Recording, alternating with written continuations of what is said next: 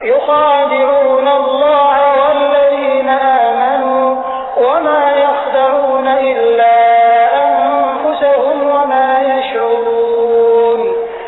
وہ اللہ کو اور ان لوگوں کو جو واقعی ایمان لا چکے ہیں دھوکہ دیتے ہیں، اور حقیقت تو یہ ہے کہ وہ اپنے سوا کسی اور کو دھوکہ نہیں دے رہے، لیکن انہیں اس بات کا احساس نہیں ہے۔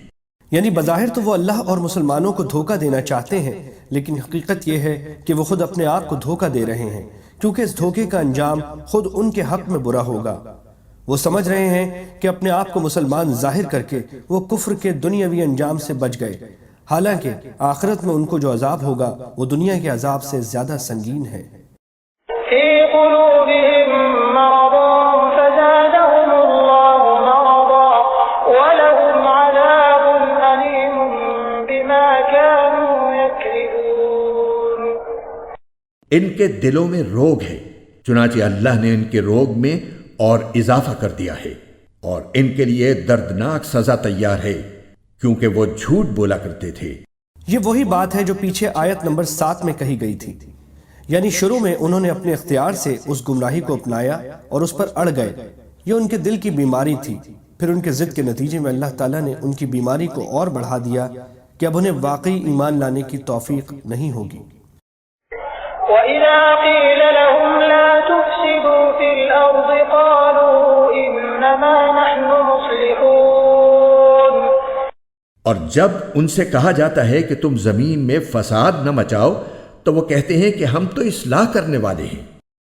أَلَا إِنَّهُمْ هُمُ الْمُفْسِدُونَ وَلَكِنْ لَا يَشْعُرُونَ۔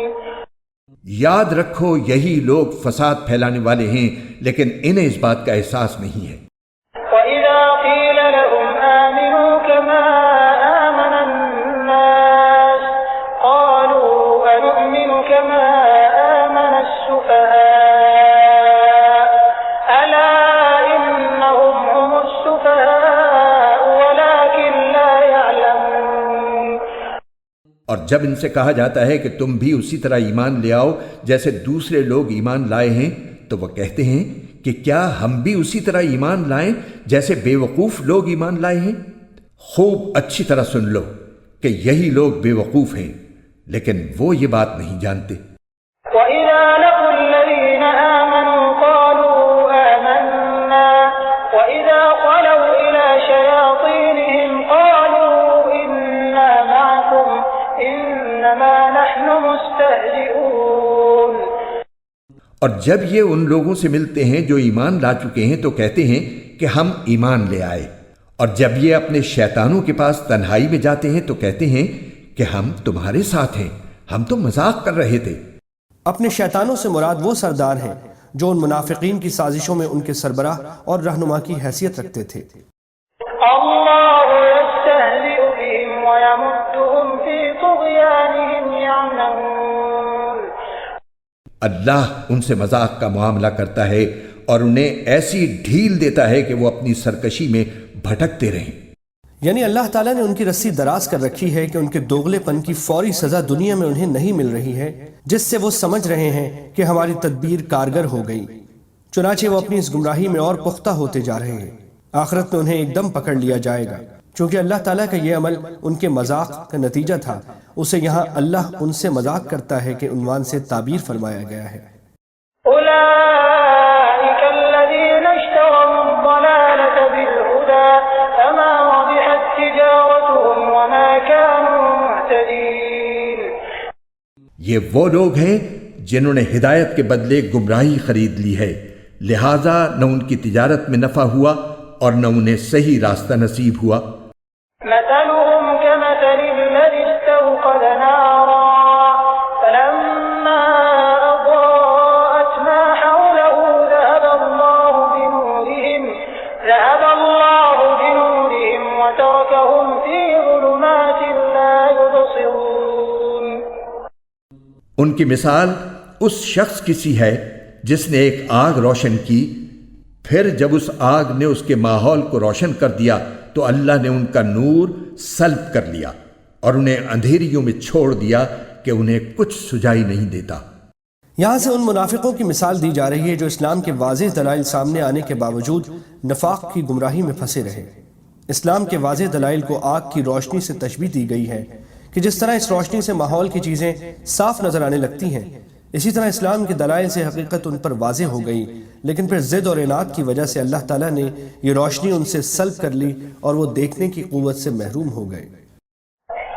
صم بكم عمي فهم لا يرجعون، وہ بہرے ہیں، گونگے ہیں، اندھے ہیں، چنانچہ اب وہ واپس نہیں آئیں گے۔ أو كصيب من السماء فيه ظلمات ورعد وبرق يجعلون أصابعهم في آذانهم من الصواعق حذر الموت والله محيط بالكافرين۔ یا پھر ان منافقوں کی مثال ایسی ہے جیسے آسمان سے برستی ایک بارش ہو جس میں اندھیریاں بھی ہوں اور گرج بھی اور چمک بھی۔ وہ کڑکوں کی آواز پر موت کے خوف سے اپنی انگلیاں اپنے کانوں میں دے لیتی ہیں، اور اللہ نے کافروں کو گھیرے میں لے رکھا ہے۔ منافقوں کی پہلی مثال تو ان منافقین سے متعلق تھی جو اسلام کے واضح دلائل سامنے آنے کے باوجود خوب سوچ سمجھ کر کفر اور نفاق کا رستہ اختیار کیے ہوئے تھے۔